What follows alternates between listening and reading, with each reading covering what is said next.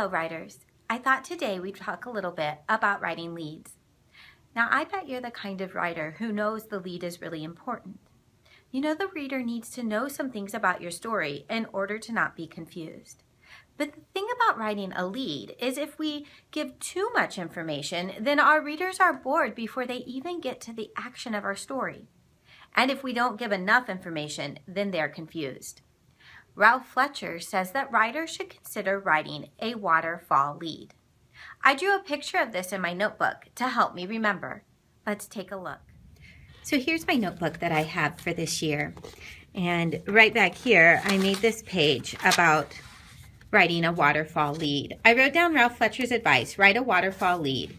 And I drew a picture to help me remember.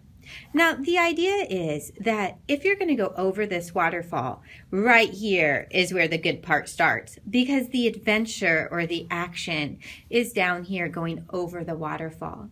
And when we write, we want to start our stories right before the action. Here's a draft that I have that does not start right before the action. I started way upstream on this draft. I want you to take a look at it. "It's time to get up," my mom called from the hallway. The sun streamed through my window, and I smiled, thinking about catching frogs with Jeff. I pulled on my frog-catching clothes, cut off jean shorts, and a purple shirt. I grabbed my glasses from my nightstand and headed downstairs. Jeff was already at the table. "Hi, Ruthie," he said, and pushed the cereal box to my place. I poured my cereal and smiled at the marshmallows in my Lucky Charms. I always saved the marshmallows until last. I concentrated on fishing out all of the non-marshmallow pieces. Then I put my bowl in the dishwasher. So did Jeff. We called Rosie because she loved to catch frogs too. Well, not catch them, but join us down by the frog pond. Jeff and I ran to the frog pond. We caught the biggest frog ever. It was fun. The end. Now, this story does not start with a waterfall lead. If I grab my writer's notebook, my story, it's really starting way back here. I mean, the whole point of this story is about catching frogs, and I only have like one line about it. We caught the biggest frog ever. My whole story is about catching frogs, and I only have one sentence. It's because I didn't write close enough to the waterfall.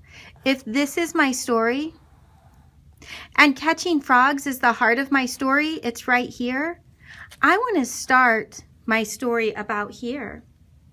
But instead, I talked about doing the dishes and eating breakfast and putting on my frog-catching clothes and getting up. I started my story way back here. And so what I'd like to learn to do is to start my story closer to the action. In my case, it's into the catching frog part. Because I want to learn how to write a waterfall lead, how to start my story more like right here instead of way back here, I tried to write this story again. Now here's my first draft, and I started with my mom's words. And I decided that I would do that again, only I would start with something my mom said that's closer to the heart of my story. So there was something my mom used to always say to my brother and I started my story like that. "Go get the stink blown off you," my mom called as Jeff and I jumped down the back steps.